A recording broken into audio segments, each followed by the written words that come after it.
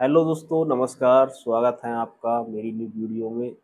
दोस्तों, आज हम बात करेंगे एमपी में पुलिस कांस्टेबल में जो अभी वैकेंसी निकली हुई है 7,500 वैकेंसी। उसके बारे में हम बात करेंगे कि कौन कौन उसमें अप्लाई कर सकता है। क्या केवल एमपी के लोग ही वहाँ पे अप्लाई कर सकते हैं या अदर स्टेट के लोग भी वहाँ पर अप्लाई कर सकते हैं, और कितनी फ़ीस वहाँ पर रखी गई है, और सिलेबस उसका क्या रहेगा। ये सारी जानकारी हम आपसे शेयर करने वाले हैं दोस्तों, तो वीडियो में बने रहिए। और आगे हम चलते हैं अपने मोबाइल की स्क्रीन पर और डिटेल में बात करेंगे एमपी पुलिस कांस्टेबल के बारे में दोस्तों। तो आइए दोस्तों, चलते हैं मोबाइल की स्क्रीन पर। हेलो दोस्तों, तो मैं अपने मोबाइल की स्क्रीन पर आ चुका हूँ और हम आज फुल डिटेल में बात कर रहे हैं एमपी पुलिस में जो अभी कांस्टेबल की वैकेंसी निकली है उसके बारे में। तो मेरे पास अभी एक पीडीएफ है, उसके ज़रिए से हम जानते हैं कि क्या उसमें क्वालिफ़िकेशन माँगी गई है और कितनी वैकेंसी निकली हुई है, कब तक हम फॉर्म अप्लाई कर सकते हैं, कौन-कौन फॉर्म को अप्लाई कर सकता है, ये सारी डिटेल हम जानेंगे। तो मैं अपने पीडीएफ को ओपन करता हूँ दोस्तों।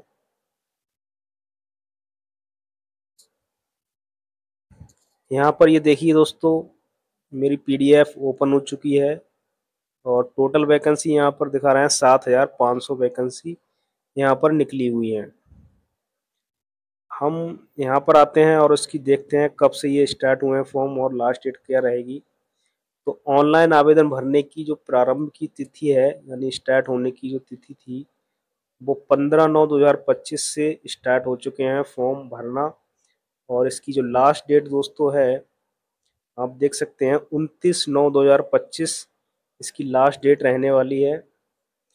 और 29 तारीख को ये फॉर्म भरना बंद हो जाएंगे और फिर इसके बाद हमने जो फॉर्म को अप्लाई किया है उसको संशोधन की तिथि दी गई है यहाँ पर 4/10/2025।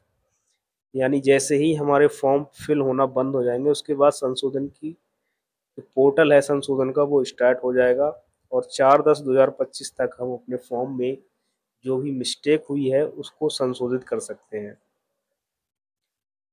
यहाँ पर देखिए दोस्तों, एग्ज़ाम डेट भी यहाँ दे दी गई है। 30/10/2025 से हमारे एग्ज़ाम स्टार्ट हो जाएंगे और ये डेट क्लियर है दोस्तों। ऐसा पहली बार हुआ है कि यूपी पुलिस में या कहीं भी पुलिस में वैकेंसी निकली और उसकी एग्ज़ाम की डेट पहले ही शो हो गई है। तो यहाँ एमपी पुलिस में ये हुआ है, यहाँ एग्ज़ाम की डेट पहले ही शो कर दिया है, उसमें कोई चेंज नहीं होने वाला है।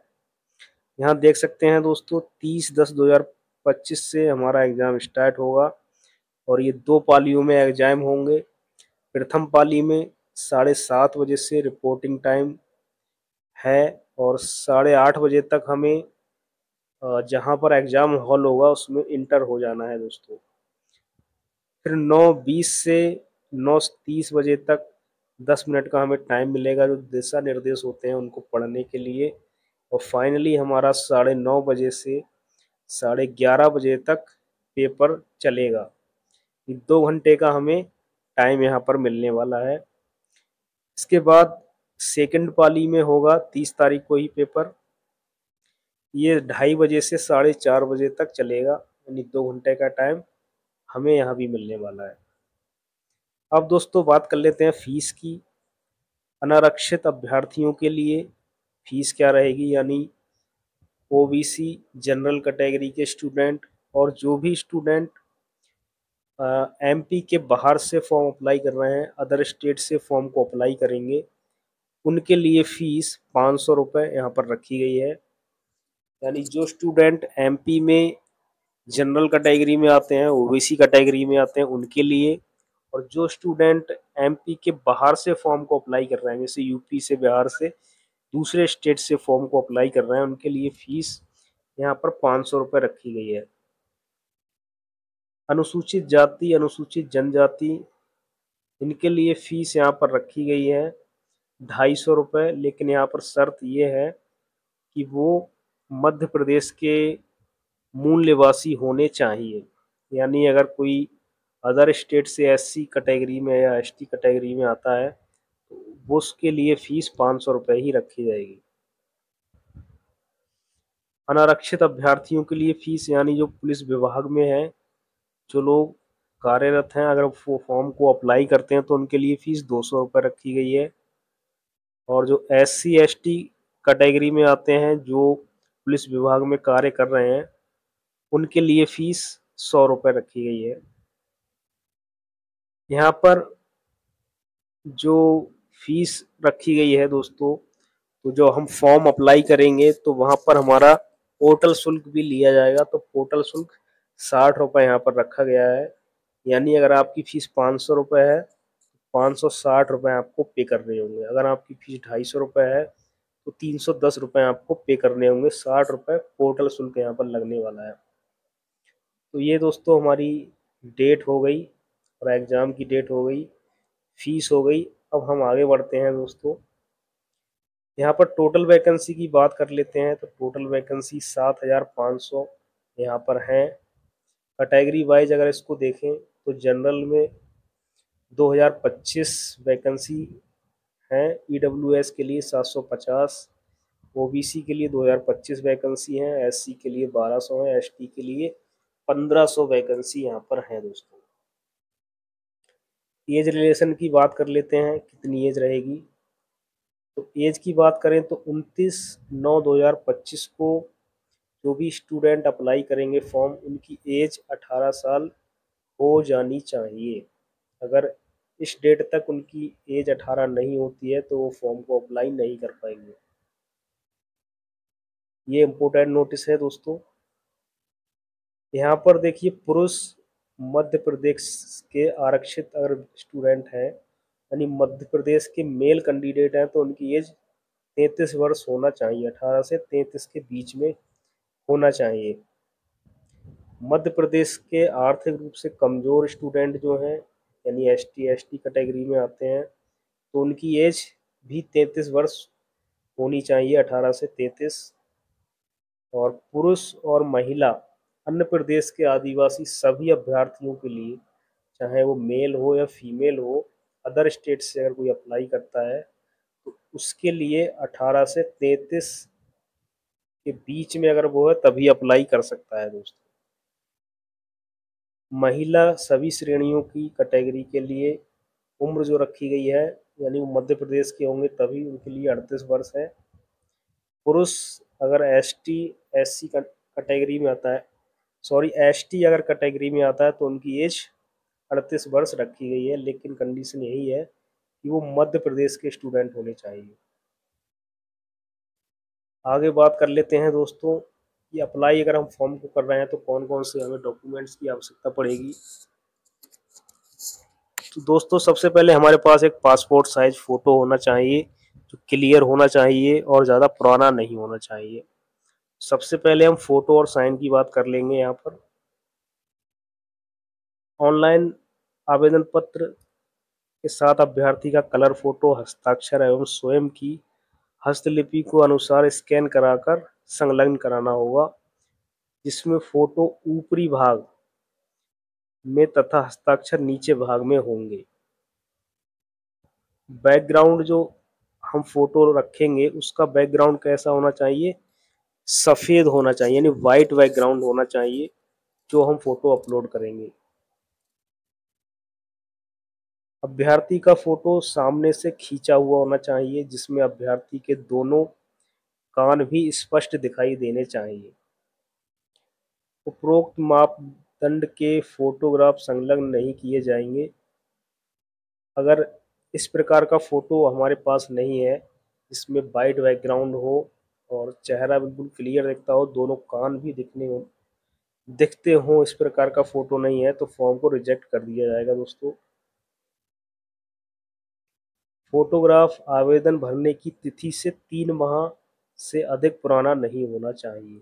जैसे आज अगर आप फॉर्म भर रहे हैं तो ऐसा ना हो कि 6 महीने पुराना फ़ोटो आप लगाएं। 1 महीने पुराना फ़ोटो अगर आपके पास है तो वो आप लगा सकते हैं, वरना तुरंत का फ़ोटो खिंचा कर ही हम यहाँ पर अपलोड कराएंगे दोस्तों।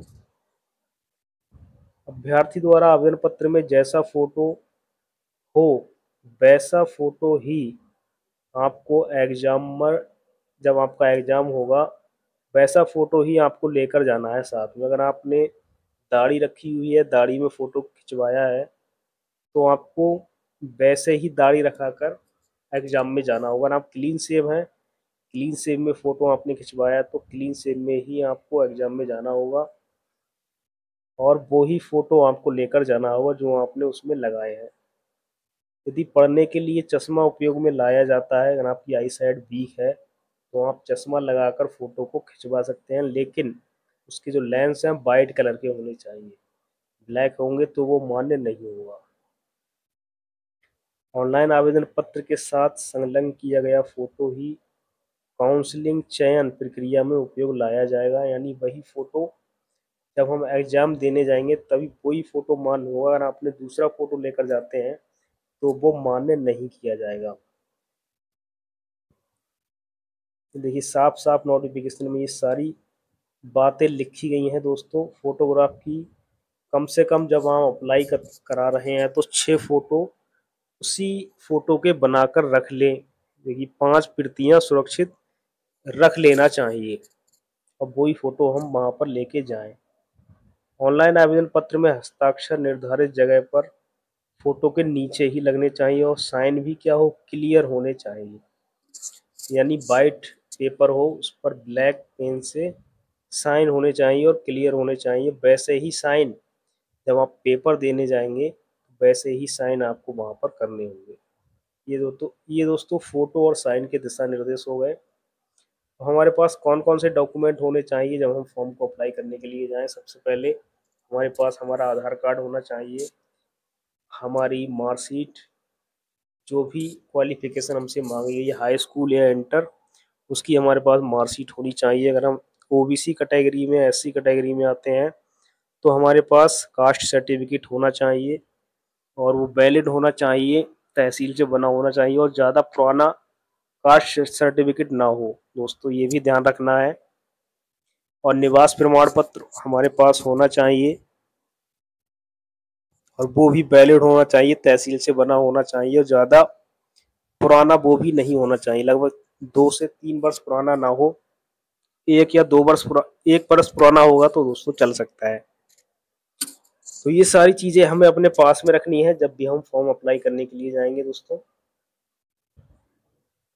तो ये छोटा सा नोटिफिकेशन था। यहाँ पर अगर हम प्रश्नों की बात करें तो सामान्य ज्ञान एवं तांत्रिक ज्ञान के क्वेश्चन यहाँ पर 40 आएंगे, बौद्धिक क्षमता एवं मानसिक अभिरुचि के 30 क्वेश्चन आएंगे, विज्ञान एवं गणित के यहाँ पर 3 क्वेश्चन आएंगे। टोटल 100 नंबरों का हमारा पेपर होगा दोस्तों। तो ये एमपी पुलिस के बारे में छोटी सी जानकारी थी और उम्मीद करते हैं आपको ये जानकारी अच्छी लगी होगी। जानकारी अच्छी लगी हो तो दोस्तों चैनल को लाइक कर दीजिए, एक सब्सक्राइब कर दीजिए, जिससे आने वाले समय में आपको जानकारी सही समय पर मिलती रहे, जिससे आप वैकेंसियों का, जो भी वैकेंसी निकलती है उसका सही समय पर सही लाभ उठा सकें दोस्तों। तो थैंक यू दोस्तों, धन्यवाद।